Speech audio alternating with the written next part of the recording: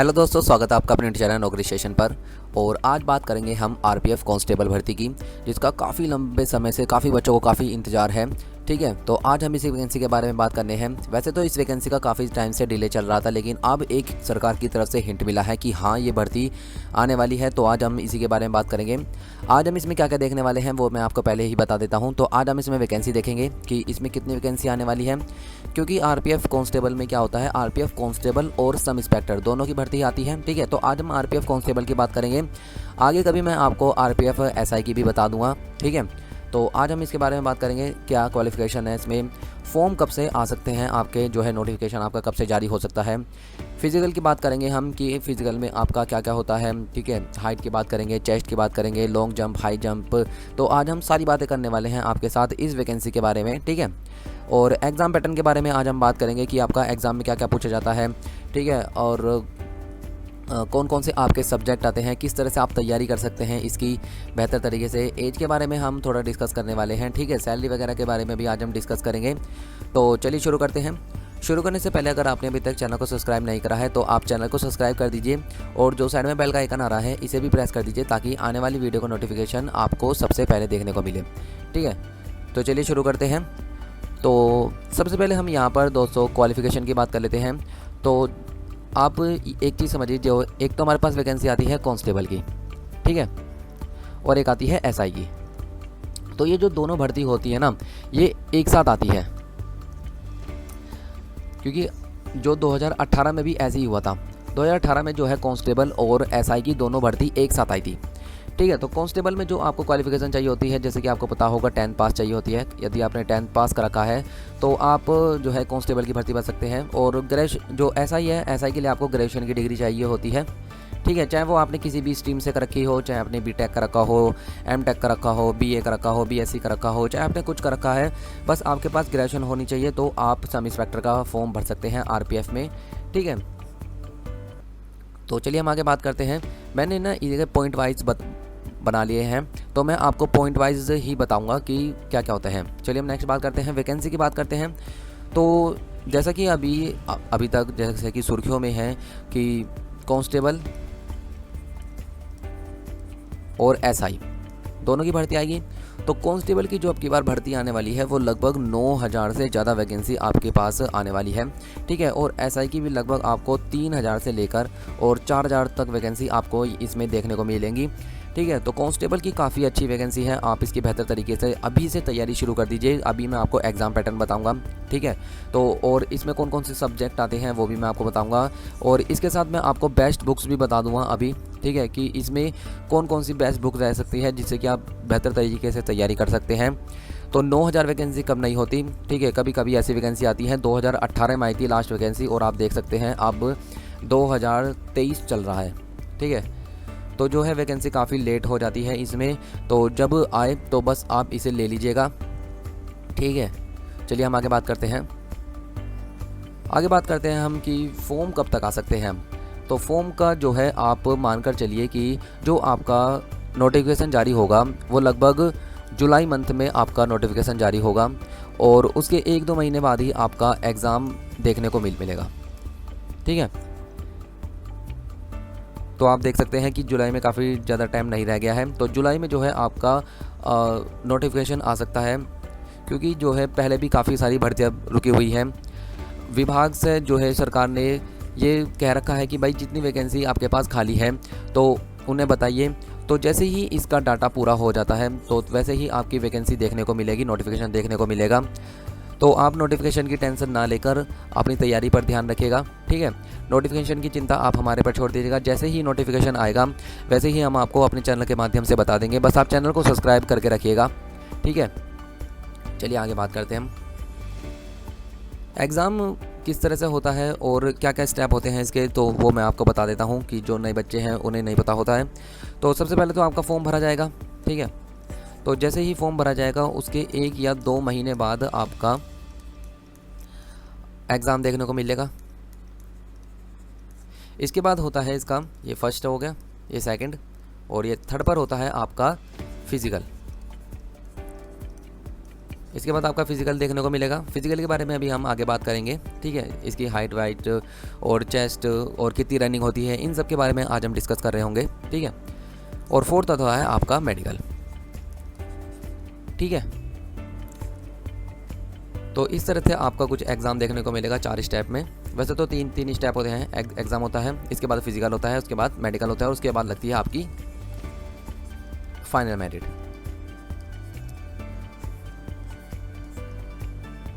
चलिए आगे देखते हैं।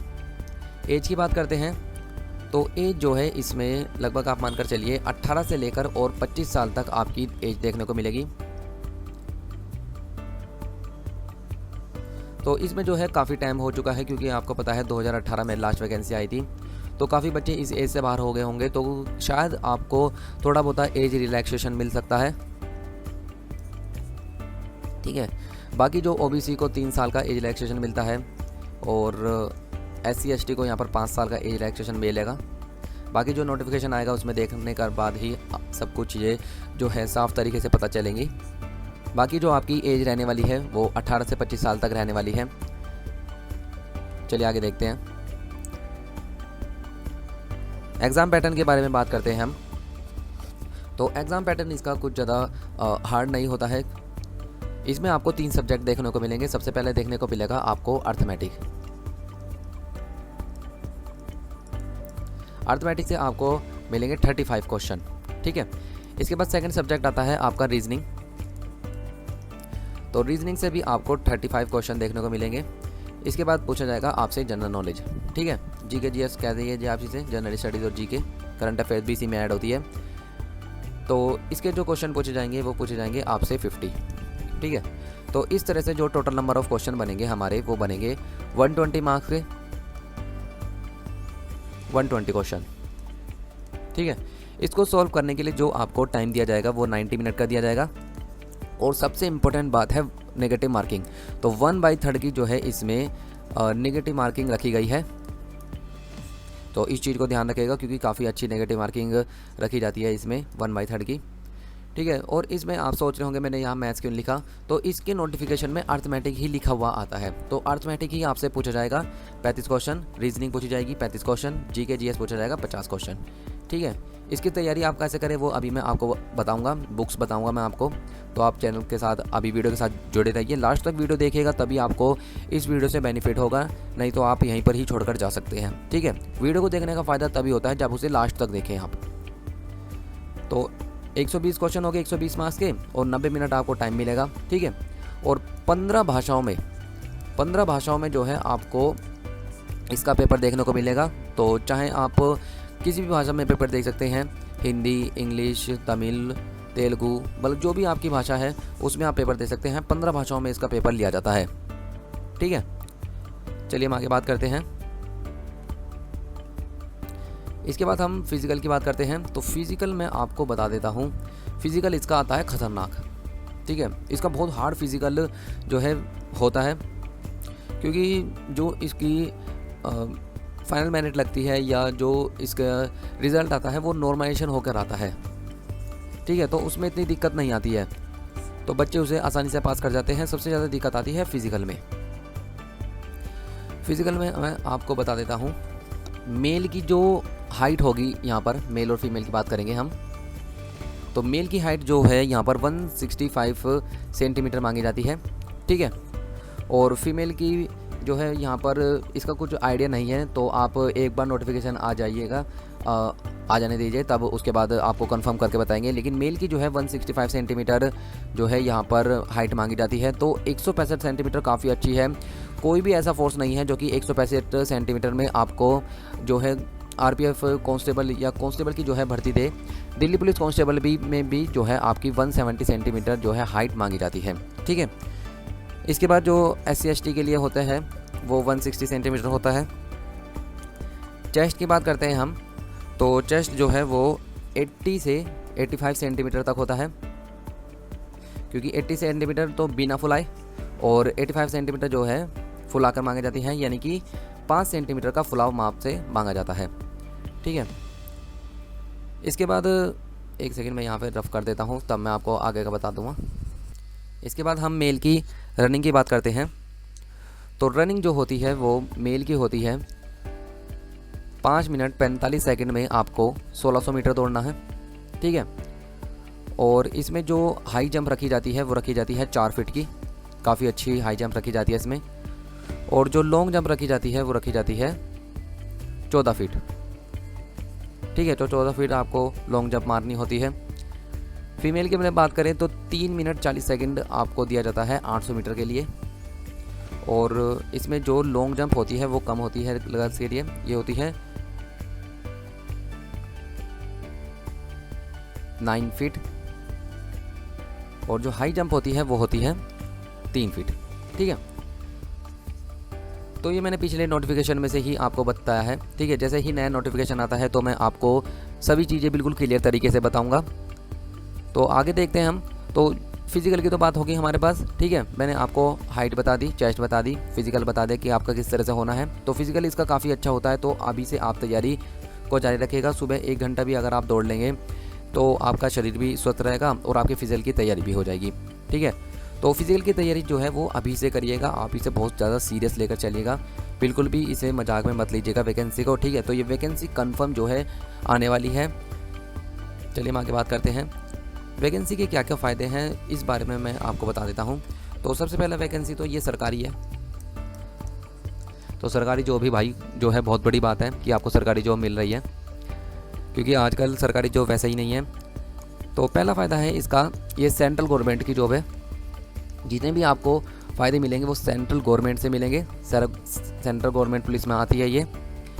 इसके बाद आप सैलरी काफ़ी अच्छी होती है। लगभग आप मानकर चलिए इसकी सैलरी 40,000 के लगभग आपको देखने को मिलेगी, 40,000 से ज़्यादा ही आपको देखने को मिलेगी। और थर्ड आता है आपका बोनस। तो इसमें जो है जैसे कि आपको पता है रेलवे में काफ़ी अच्छा बोनस मिलता है, ठीक है। तो इसका जो दिवाली बोनस है वो काफ़ी अच्छा मिलता है आपको। लगभग आप मानकर चलिए आपको 90 दिन का बेसिक पे देखने को मिलेगा, 90 दिन का बेसिक पे मिलता है। तो बेसिक जो है जो 21,000 के लगभग होता है, तो आप मानकर चलिए कि आपको 63,000 से लेकर और 64,000 तक आपको इसकी बोनस देखने को मिलेगा। तो काफ़ी सारे फ़ायदे हैं। उसके साथ आपका इंश्योरेंस, उसके बाद आपका मेडिकल क्लेम, उसके बाद आपका NPS भी करता है जो कि आपको लास्ट में मिलता है, ठीक है। और भी सारे काफ़ी इसके फ़ायदे होते हैं। तो आप इन फ़ायदों को ध्यान में रखकर इसकी तैयारी करिएगा, ठीक है। सरकारी नौकरी है तो भाई RPF कांस्टेबल की बहुत अच्छी वैकेंसी मानी जाती है, काफ़ी अच्छी नौकरी है। आपको जो जितने भी रेलवे स्टेशन है और उससे रिलेटेड जितने भी प्लेस हैं वहाँ पर आपको नौकरी दी जाएगी, कोई भी इसमें दिक्कत नहीं आती है। तो आप इसकी जमकर तैयारी करिएगा, ठीक है। और पहली बार में ही इसका पेपर निकालना है, ये सोचकर आप तैयारी करिए। चलिए हम आगे बात करते हैं कि तैयारी कैसे करें। तो जैसे कि मैंने आपको बताया कि इसमें एक तो आने वाला है आपका अर्थमेटिक, सेकंड आने वाला है आपके पास रीजनिंग, और थर्ड आएगा आपके पास GK GS, ठीक है। तो सबसे पहले तो आप एक काम करिए कि आप ना एक टाइम टेबल बनाइए, ठीक है। टाइम टेबल बनाने के बाद आप इसका लिखिए सिलेबस लिख लेंगे तो आपको पता चल जाएगा कि कौन कौन से सब्जेक्ट से कौन कौन से टॉपिक आने वाले हैं, ठीक है। जैसे कि अर्थमेटिक में profit and loss, time and distance और भी जितने भी टॉपिक हैं वो सब आपको तैयार करने हैं। तो इसके लिए ले सकते हैं आप राकेश यादव सर की आती है क्लास नोट्स, ठीक है। तो आप वहाँ से अपनी बेसिक तैयारी करिए। और अगर आपको प्रैक्टिस करनी है तो आप किरण की बुक ले सकते हैं। रीजनिंग के लिए आप ऑनलाइन ही तैयारी करेगा और साथ ही टेस्ट देने हैं आपको रीजनिंग के लिए आप कोई भी एक यूट्यूब चैनल देख लीजिएगा। यूट्यूब चैनल मैं आपको रिकमेंड करता हूँ रीजनिंग के लिए। और GK GS के लिए आप लुसेंट की बुक ले सकते हैं, लुसेंट की बुक काफ़ी अच्छी मानी जाती है। और इसके साथ आप ले सकते हैं पिनैकल की बुक, ठीक है। तो पिनैकल की बुक जो है वो GK GS के लिए काफ़ी अच्छी मानी जाती है। तो इससे तो लुसेंट से आप थ्योरी पढ़िएगा, ठीक है, इससे तो होगी आपकी थ्योरी। और अगर आपको प्रैक्टिस करनी है तो आप पिनैकल से कर सकते हैं।